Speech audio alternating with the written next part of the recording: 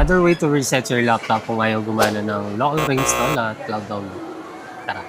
First, kailangan mo ng 8GB USB flash drive and another working PC with internet access kung hindi usable yung gamit mong laptop. Next is, kailangan natin gumawa ng USB bootable. Insert your USB flash drive sa iyong laptop and open your browser. Tapos, search mo lang Windows 11 download. Tapos, ito yung una, download Windows 11. Click mo to. Then, scroll down, look for create Windows 11 installation media. Ito yun. Tapos dito, download now. After na ma-download, open file, then click yes. Yung license agreement, accept mo lang. Then dito, click next. Then dito, make sure click USB flash drive. Ito. Click next, then next. So ito na yung process ng USB bootable.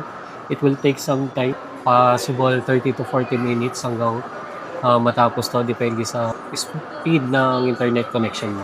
Also, kailangan din natin mag-download ng Wi-Fi driver, lalo na kapag yung laptop na gamit mo is walang LAN port. Lahat kasi ng mga drivers, lalo na yung sa Wi-Fi, lahat yun mabumura after the reset. Kaya bago natin gawin yung process, download na rin natin yung Wi-Fi driver sa gagamitin natin laptop. Depende sa brand. Punta ka lang sa brand support center ng laptop na gamit mo. And then doon, pwede mo nang i-download yung Wi-Fi driver. And dito sa akin, dahil yung sample natin is Asus laptop, punta tayo dito sa Asus Support Center. Tapos, hanapin natin yung model. Then, drivers and tools. Then, dito, bali, the-download natin is pag okay na yung bootable device, downloaded na yung Windows 11 and yung Wi-Fi driver, dito na tayo sa laptop na kailangan natin i-reset. So, first, make sure naka-plug in yung charger and then plug in your USB bootable. Tapos, turn on the laptop. Dito naman, habang nagti-turn on siya, press escape repeatedly para ma-enter natin yung boot menu. For other brand like Acer, Lenovo, F11 or F12, search nyo na lang sa internet kung ano yung key na kailangan pindutin repeatedly para ma-enter yung boot menu. Pag sa Asus, escape button lang siya. Then, kung sa iba, baka may magtanong, bakit boot menu, bakit hindi BIOS? Pag sa boot menu kasi, mas madali siya, hindi siya complicated at napakasimple lang niya. Pag sa BIOS kasi, lalo na pag hindi techie yung gagawa, baka may settings pa na mapalitan doon at magkaroon ng problem during the process.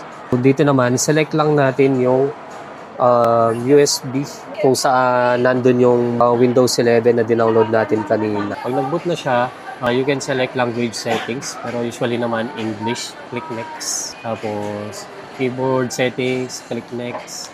Then dito, kung napansin nyo, hindi working yung touchpad. Press mo lang is yung tab button. And dito, bali ang kailangan natin dito is install Windows 11 and then click space para ma-check yung I agree. Then tab ulit, click next. Then dito naman, click next lang. Tapos install now. Then after nun, yung license terms, check lang natin. Click tab, tapos space para ma-check to.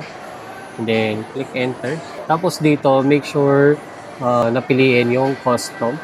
Install Windows only, advanced. This one. Then click.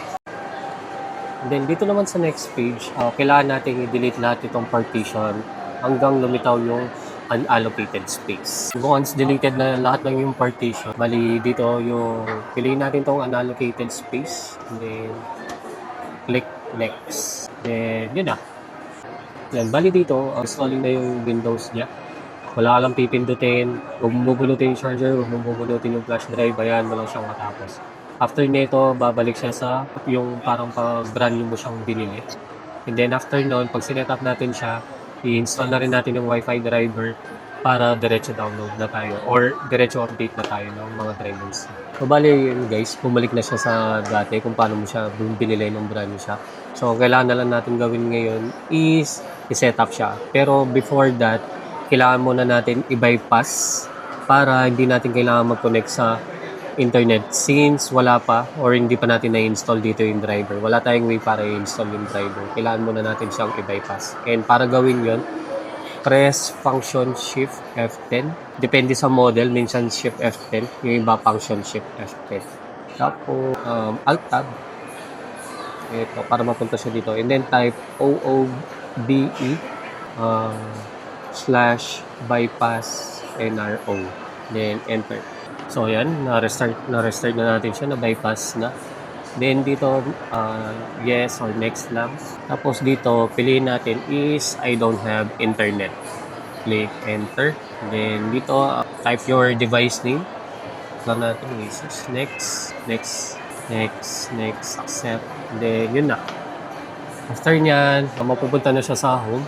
And then install natin yung Wi-Fi driver and ready na siyang i-update. Bali dito is una natin gagawin is locate natin yung USB natin kasi nandun yung Wi-Fi driver. And para gawin yon is press window plus E para ma-open to. And then hanapin natin yung sa USB. Ito siya. Click enter. Then dito, ito yung wireless LAN. Kailangan natin itong ma-install. Enter. Minsan pagka-enter mo, actually madalas, pagka-enter mo, depende sa model ng laptop, hindi agad to lilitaw. Don't worry, nag-lag lang. Set up natin siya. Next. Then next. Install. Next. Install. Then click finish. Check natin kung install na yung Wi-Fi driver. Wi-Fi settings. So, installed na siya. Bali dito, kailangan natin siyang i-connect.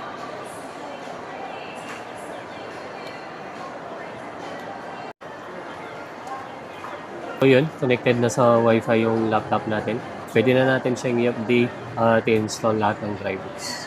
Sana nakatulong sa ito. Kung natulungan kita, isang like at isang follow lang, masaya na tayo.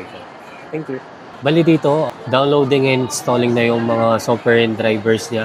Kung sakaling may encounter kang ganito, retry, or nag-fail sa mga software updates, that's normal, hayaan mo lang siya. May mga certain updates lang na kailangan una munang ma-download at ma-install para mag-proceed yung iba.